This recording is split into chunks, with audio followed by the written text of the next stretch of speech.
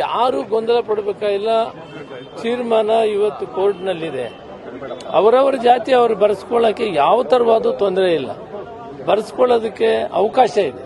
Backward class commission ಮಾಡಿರೋ ಮೂಲ ಉದ್ದೇಶ ಬಹಳ ಮುಖ್ಯವಾದಂಥದ್ದು ಅಂದರೆ ಅವರ ಆರ್ಥಿಕ ಶೈಕ್ಷಣಿಕ ಏನು ಇದೆ, ಏರ್ಪೇರುಗಳೇನಿದೆ ಅಥವಾ ಏನು ಓದ್ಕೊಂಡಿದ್ದಾರೆ, ಅವರ ಆರ್ಥಿಕ ಪರಿಸ್ಥಿತಿ ಏನಿದೆ ಅದರದ್ದು ಸರ್ವೆ ಆಗ್ತಾ ಇದೆ.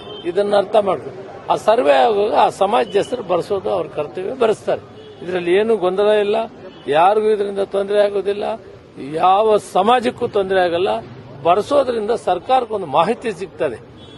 ಯಾವ್ಯಾವ ಸಮಾಜಗಳಿಗೆ ವಿದ್ಯಾವಂತರು ಕಡಿಮೆ ಇದ್ದಾರೆ, ವೃತ್ತಿ ಇಲ್ಲ, ಕೆಲಸ ಇಲ್ಲ ಮತ್ತು ಆರ್ಥಿಕ ಪರಿಸ್ಥಿತಿ ಇಲ್ಲ, ಆ ಅಧ್ಯಯನ ಆಗ್ತದೆ.